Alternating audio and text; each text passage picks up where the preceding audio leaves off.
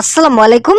ইতিমধ্যে ডিসি অফিসে আবারও নতুন একটি সার্কুলার প্রকাশিত হয়েছে, যেখানে সম্পূর্ণ বিনা অভিজ্ঞতায় আবেদন করার সুযোগ থাকছে। এ বিষয়ে বিস্তারিত আলোচনা করার পূর্বে এখন পর্যন্ত যারা যারা আমাদের এই চ্যানেলে নতুন সদস্য আছেন, তারা অবশ্যই চ্যানেলটি সাবস্ক্রাইব করে পাশে থাকা বেল আইকনটি অল করে দিন। এই সার্কুলারে সর্বপ্রথম যে পদটি রয়েছে, পদের নাম হিসাব সহকারী, ১৬তম গ্রেডে ৯,৩০০ টাকা থেকে ২২,৪৯০ টাকা প্রদান করা হবে। পদ সংখ্যা দেওয়া রয়েছে ৯টি। শিক্ষাগত যোগ্যতার ক্ষেত্রে কোনো স্বীকৃত বোর্ড হতে উচ্চ মাধ্যমিক সার্টিফিকেট, মূলত এইচএসসি পাস থাকলে এই পদের জন্য আবেদন করতে পারবেন। এছাড়া কম্পিউটার চালানোর দক্ষতা থাকতে হবে। দ্বিতীয় নম্বর যে পদটি রয়েছে, পদের নাম অফিস সহায়ক, ২০তম গ্রেডে জনবল নিয়োগ প্রদান করা হবে।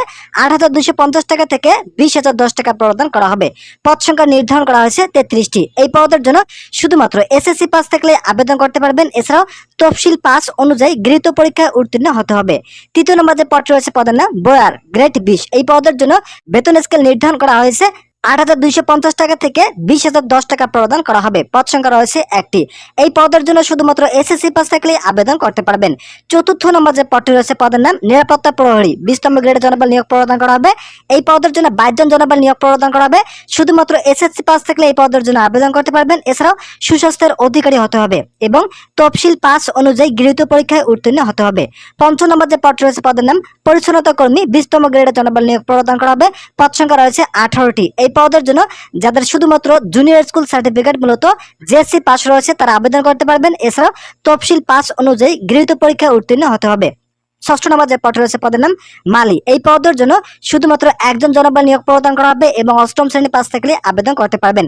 এখানে 6টি ক্যাটাগরিতে জনবল নিয়োগ প্রদান করা হবে। তো বন্ধুরা, যারা যারা এই সার্কুলারে আবেদন করবেন, মূলত প্রতিটি পদের জন্য আবেদন করতে হলে আপনাদের বয়স সীমা 22 এপ্রিল 2025 তারিখের মধ্যে সর্বনিম্ন 18 এবং সর্বোচ্চ 32 বছর থাকলেই আবেদন করতে পারবেন। তো এখানে দেখতে পারতেছেন, সুনামগঞ্জ জেলায় এই সার্কুলারটি প্রকাশিত হয়েছিল 17 এপ্রিল 2025 তারিখে। যারা যারা সুনামগঞ্জ জেলার স্থায়ী বাসিন্দা রয়েছেন, শুধুমাত্র তারাই আবেদন করতে পারবেন।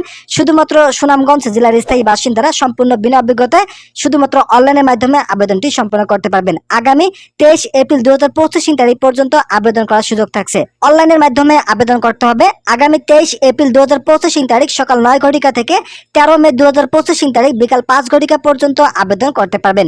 তো বন্ধুরা, যারা যারা আবেদন করবেন, তারা দ্রুত সময়ের মধ্যে আবেদনটি সম্পন্ন করুন। এখানে যে লিঙ্কটি দেখতে পাচ্ছেন, এই লিঙ্ক থেকে আপনাদেরকে 13 মে 2025 তারিখ বিকাল 5 ঘটিকা পর্যন্ত আবেদন করতে বলা হয়েছে। তো আজকের এই ভিডিওটি পর্যন্ত। আশা করি এই ভিডিওটি থেকে অনেক উপকার পেয়েছেন। যদি উপকার পেয়ে থাকেন, তাহলে অবশ্যই চ্যানেলটি সাবস্ক্রাইব করে পাশে থাকা বেল আইকনটি অল করে দিন।